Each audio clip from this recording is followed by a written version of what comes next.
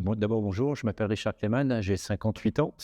Alors, j'ai été dirigeant pendant 12 ans d'une entreprise de menuiserie où on fabriquait et on posait des menuiseries plutôt haut de gamme. C'était sur l'île. Et j'ai liquidé l'entreprise qui s'appelait du Toit Menuiserie il y a donc maintenant quasiment 2 ans. Donc, d'où mon parcours depuis un certain temps chez 60 000 rebonds, où je ne sais pas si c'est adhéré, en tout cas, j'ai participé à 60 000 rebonds à partir de septembre 2024. Alors le parcours de 60 000 rebonds, il est relativement simple. Lors de la liquidation, le juge commissaire, le juge instructeur m'a proposé, suite à nos différents échanges, de participer, ou je ne sais pas comment on dit, le terme n'est pas bon en fait, d'intégrer l'association 60 000 rebonds en tant qu'entrepreneur en rebond, parce que dans ma tête, j'avais déjà, malgré tout, la volonté de rester entrepreneur. Grand bien lui en a fait parce que ça m'a permis de rencontrer notamment des gens comme Jérôme qui va intervenir après et de m'enrichir des expériences de chacun, puis de rebondir tout simplement. Donc, c'est une longue période, le rebond. Moi, je l'ai découpé en 5 phases. La première, où on a besoin d'être cocooné et on y rencontre des gens extrêmement bienveillants, avec un regard qu'on appelle l'échec et que moi j'appelle sur l'expérience, qui est vraiment constructif et qui nous permet à un moment de se dire: «OK, on n'a pas réussi ça, par contre, on va rebondir et on est en phase d'apprentissage». La deuxième phase, c'est, on est plein de projets, on a plein d'idées et on a envie, de tout faire et là, je dirais que c'est la phase la plus dangereuse parce qu'on part dans toutes les directions, on y met toute notre énergie et que parfois on a des niveaux de déception. Ça, c'est la deuxième phase. La troisième phase que moi j'ai vécue, c'est une phase où on commence à recentrer un peu le projet, autour de ce qu'on sait faire, de ce qu'on aime faire et de ce que le marché nous permet de faire aussi. Parce que à 58 ans, le marché il est pas aussi ouvert que quand on a 35 ans. La quatrième phase, c'est on construit son projet de manière un peu plus durable, heu, plus structurée et on avance concrètement avec des petites victoires tous les jours qui nous amènent de l'énergie, qui nous amènent de l'enthousiasme, chose qu'on avait un peu perdue puisqu'on avait perdu confiance en soi malgré tout. Et enfin la cinquième phase, c'est, le projet il voit le jour et on commence à l'exprimer sur le marché et à trouver son créneau, à trouver sa place. Donc, pour ma part, moi, j'ai mis, beaucoup de temps à trouver, ce que je pouvais faire. D'abord, on m'a aidé à travers le coaching, on m'a aidé à savoir mieux qui j'étais, ce que je pouvais apporter. Moi, j'ai des valeurs qui sont assez fortes sur l'altruisme, donc donner un coup de main aux autres, ça m'intéressait et j'ai un parcours professionnel qui m'a fait travailler dans un grand groupe avec un process ultra structuré, jusqu'à la direction générale et puis, un parcours d'entrepreneur avec une vingtaine de personnes, ultra opérationnel parce que le matin, on peut très bien être directeur du chantier, directeur du balai, directeur de la vision et cetera et donc ces 2 parcours extrêmement complémentaires m'ont amené, avec ma volonté d'aider les autres, à m'imaginer plutôt en tant que consultant, autour de 3 axes. Les enjeux commerciaux, puisque moi j'avais réussi à retourner l'entreprise quand je l'ai rachetée, avec un repositionnement marché. 2, la gouvernance. Quand vous avez travaillé dans un grand groupe, c'est extrêmement structuré la gouvernance et dans une petite boîte, malgré tout, les enjeux sont les mêmes. C'est qu'à la fin, entre ce que l'actionnaire a imaginé et ce que l'opérationnel, souhaite mettre en place, il faut qu'il y ait le moins de distorsion possible. Donc ces 2 expériences m'ont enrichi et la troisième chose, c'est l'enjeu de la cession et de la transmission à l'entreprise. Parce que j'ai eu la chance de racheter une entreprise, mais dans un état qui était compliqué. J'ai beaucoup, beaucoup galéré et j'ai dû la retourner pendant 3 ou 4 ans, notamment avec, la partie humaine. Donc ces 3 domaines-là aujourd'hui que je sens sur lesquels j'ai quelque chose à expliquer, je les mets, au service des entrepreneurs de PME. Alors pourquoi des PME? Tout simplement parce que je pense qu'aujourd'hui la PME en France, en tout cas celle que j'ai rencontrée, manque un tout petit peu de structure. Il y a une pichenette à mettre pour qu'à un moment, on ait plus de rentabilité, c'est de pouvoir apporter ma pierre à l'édifice aux PME qui souffrent de leur trésorerie et donc à travers, ces 3 enjeux, décider de pouvoir apporter aux dirigeants de PME, mon expérience de dirigeant. Si je peux amener ma pierre à l'édifice sur la trésorerie, voilà, donc j'ai un cabinet, perso qui s'appelle Entreprendre et on s'est associé avec, 4, collègues autour d'un cabinet qui s'appelle Sparring et qu'on est en train de lancer. Donc ce projet, il a mis 2 ans à apparaître, à naître, à se transformer. Aujourd'hui, je suis sur la phase où, dans 10 minutes, je vais rencontrer le directeur de la chambre de commerce de Valenciennes pour lui expliquer ce qu'on peut apporter aux entrepreneurs de la région de manière très opérationnelle.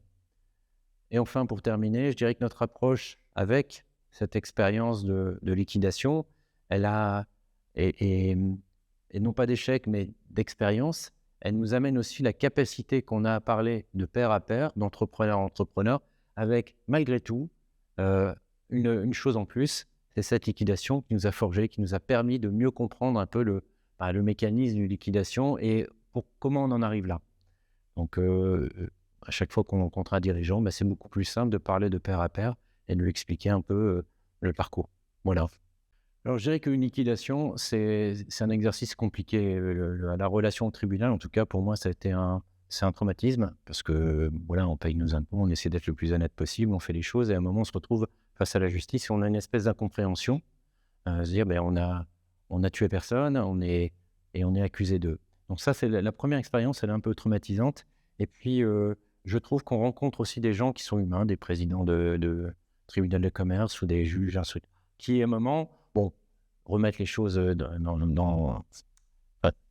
sont chargés plutôt de remettre les faits et de nous expliquer un peu aujourd'hui ce qu'on fait là et la suite. Donc, petit à petit, quand on comprend le processus de la justice là-dessus, on l'admet, c'est jamais un plaisir, mais ça vous renforce à la fois sur voilà ce que j'ai bien fait dans l'entreprise et voilà ce que j'aurais pu améliorer. Pour ma part, c'est peut-être un suivi un peu plus serré de la trésorerie après le Covid. Voilà, donc ça, c'est de manière très concrète. Voilà ce que j'aurais pu faire en mieux.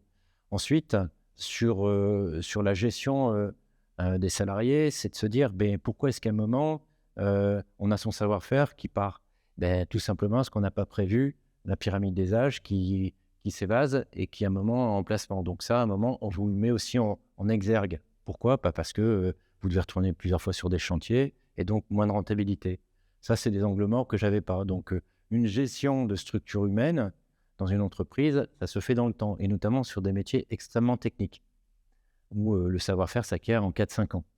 Donc ça, c'est les angles morts plutôt techniques. Sur ma personnalité, ce que je suis, ce que ça a ressorti, c'est peut-être aussi de savoir mieux écouter son équipe à un moment, parce qu'il y a des signaux faibles qu'on n'a pas envie de voir, parce qu'on est passionné par son projet, parce qu'on a envie de le réussir, et que parfois, on peut aussi être un peu têtu et donc s'enfoncer dans des coins qui ne sont peut-être pas les bons à ce moment-là. Exemple, de réinvestir sur une machine où on était déjà sur certaines difficultés financières et moi, je me suis dit non, c'est pas grave, on va investir quand même à ce moment-là.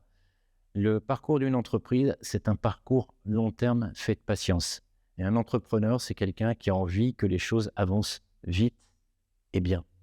Et je pense qu'une des difficultés, c'est le timing. Il faut savoir gérer le timing. C'est comme une course de fond. Accélérer, freiner, reprendre. Et je crois que c'est une des choses qu'aujourd'hui j'ai appris. C'est il y a un rythme pour tout et on ne peut pas forcer tout le passage tout le temps. Je dirais que ça dépend de la phase dans laquelle vous êtes. Où on rachète et l'entreprise est en bon état et à un moment, il n'y a pas besoin d'avoir cette espèce de sprint et un marathon.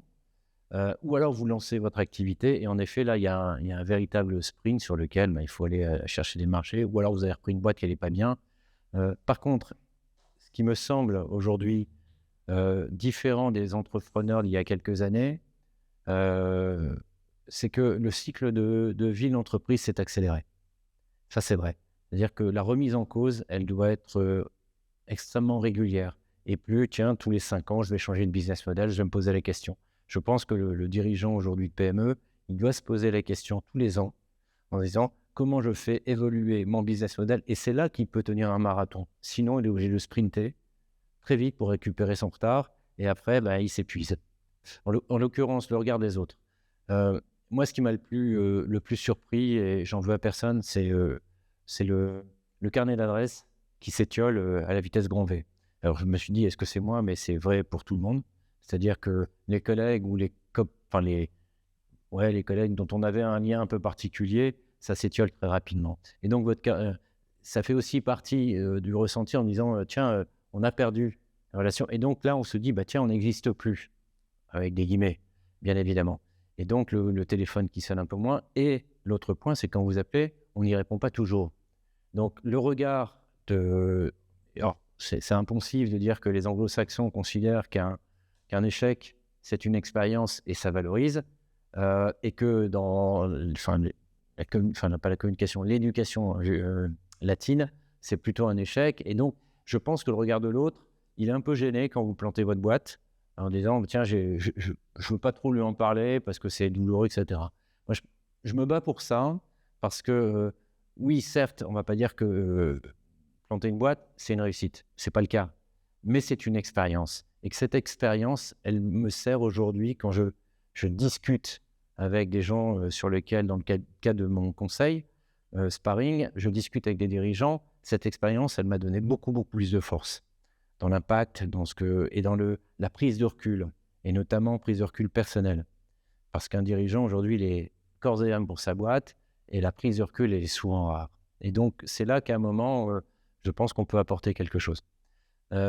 Sinon, sur les banquiers, moi, je trouve qu'en effet, c'est pour le coup, je les trouve quand même assez rudes.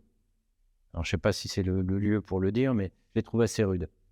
Pourquoi ? Parce que quand vous êtes marqué au fer rouge, il faut parler, faut sortir de sa banque. Enfin, voilà, on n'a pas réussi, mais on s'est pas réussi personnellement. Donc, maintenant, je trouve que ça, c'est un peu rude. Sur les juges, moi, j'ai trouvé beaucoup de bienveillance. Quand vous avez fait les choses proprement, que ce soit les juges, que ce soit tout le système judiciaire derrière ça, je trouve que les gens vous regardent avec respect. Ça peut paraître simple, mais à ce moment-là, on a besoin, et bienveillance. Sur la famille, eh ben, oui, la famille, c'est rude, hein, parce que vous êtes passé... Alors souvent, on se dit, quand on parle de l'entrepreneuriat, on parle de réussite entrepreneuriale. Et on parle rarement de ce qui se passe après quand on a plus l'entreprise. Et ce qui se passe après, c'est la famille, ça déséquilibre, hein, parce qu'il y a une rémunération, et quand il n'y en a plus, à un moment, nous-mêmes, on peut se sentir aussi un peu en faiblesse. Mais il n'y a pas que ça, c'est le regard. Et puis, se retrouver un projet, une vie, c'est un équilibre social, affectif, et puis professionnel. Quand vous déséquilibrez d'un côté, à un moment, il faut équilibrer de l'autre. Donc ça peut... Il faut un couple fort, il faut une famille forte. On s'appuie dessus, mais parfois, ça peut être compliqué, oui, bien sûr. Ouais, je vais exprimer de manière très personnelle. Moi, je ne veux pas devenir l'égérie de 60 000 rebonds. Ce n'est pas le sujet. Je me suis beaucoup posé la question, parce que oui, mais attends, on va parler de Richard Clayman, Sparring, ou de ma boîte, comme quelqu'un qui a été en difficulté. Ça, c'est un sujet. Par contre, ce que j'ai trouvé, moi, chez 60 000 rebonds, c'est le juste regard sur ton expérience, où à un moment, ta boîte a fermé, mais voilà, quel est ton potentiel et comment on peut t'apporter, nous, quelque chose. Ce que m'a apporté 60 000 rebonds, c'est d'abord des rencontres. C'est aussi simple que ça, mais ça vous isole, une liquidation. Ça vous isole naturellement, parce que professionnellement, vous n'avez plus les mêmes relations. Familialement, vous êtes à la maison tout seul, etc. Donc, ça vous apporte des connaissances, d'abord un peu humaines, et puis après, aussi un tissu relationnel, social, qui vous garde la tête au-dessus de l'eau, en disant, OK, moi, j'ai besoin aussi de rencontrer du monde et d'avoir une vie sociale. Donc ça, c'est la première chose. La deuxième chose, c'est un schéma où, au départ, on t'explique un peu ce que tu vas vivre. On dit, tiens, il va se passer ça, ça, ça. Et puis, oui, OK. Et puis, tu t'aperçois que finalement, le schéma, c'est un peu celui-là.